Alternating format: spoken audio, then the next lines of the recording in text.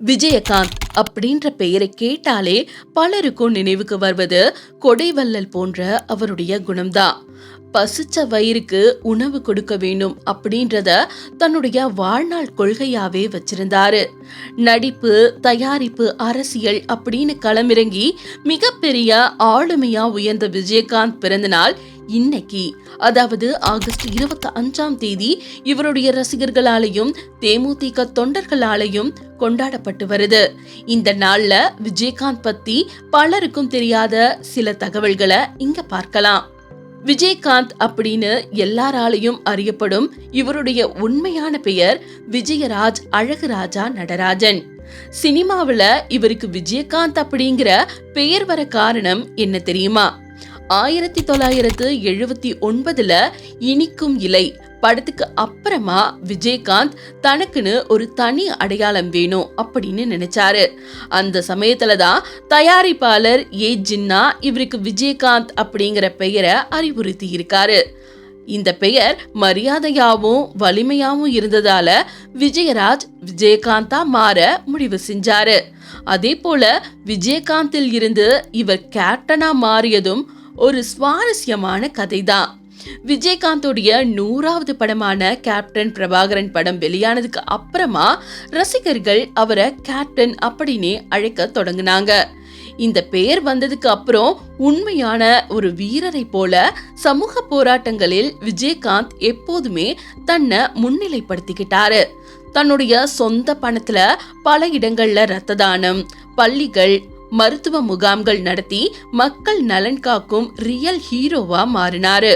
ஒரு சாதாரண மனுஷனா இருந்த விஜயகாந்த கேப்டனா மாற்றி மக்களின் மனதில் குடியேற்றி அழகு பார்த்தது என்னவோ சினிமாதான். எனவே சினிமா உலகை சேர்ந்த சக நடிகர்களுக்கு உதவணும் அப்படின்றத தன்னுடைய கடமையா கடைசி வர நினைச்சவர் விஜயகாந்த். திரைத்துறையில தன்னோட பயணிச்சவங்களுக்கும் பழகினவங்களுக்கும் மன நிறைவோடு பல உதவி செஞ்சவர் விஜயகாந்த். பல நடிகர்கள் இவரோட உதவியால இன்று நல்ல நிலையில இருக்காங்க.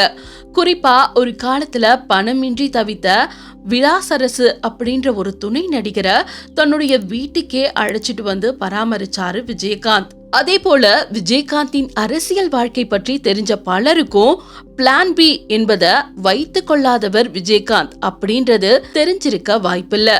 2005 திமுக, அதிமுக ஆகிய இரு கட்சிகளும் சமூக நீதியில உண்மையான மாற்றத்தை கொண்டு வரல அப்படின்னு நினைச்ச விஜயகாந்த் தேமுதிக கட்சி அப்படின்றத கடன் உடன்பட்டு மக்களுக்கு உதவ வேண்டும் அப்படின்ற ஒரு நல்ல எண்ணத்தோட தொடங்கினாரு.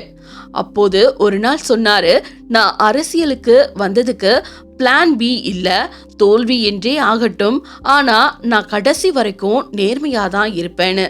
விஜயகாந்துடைய மனைவி பிரேமலதா இவருடைய வாழ்க்கையில மட்டும் பங்கெடுத்துக்கல, கட்சி துணையா மக்கள் நம்பிக்கை அப்படின்னு எல்லாத்துலயும் ஆதரவா இருந்தாங்க.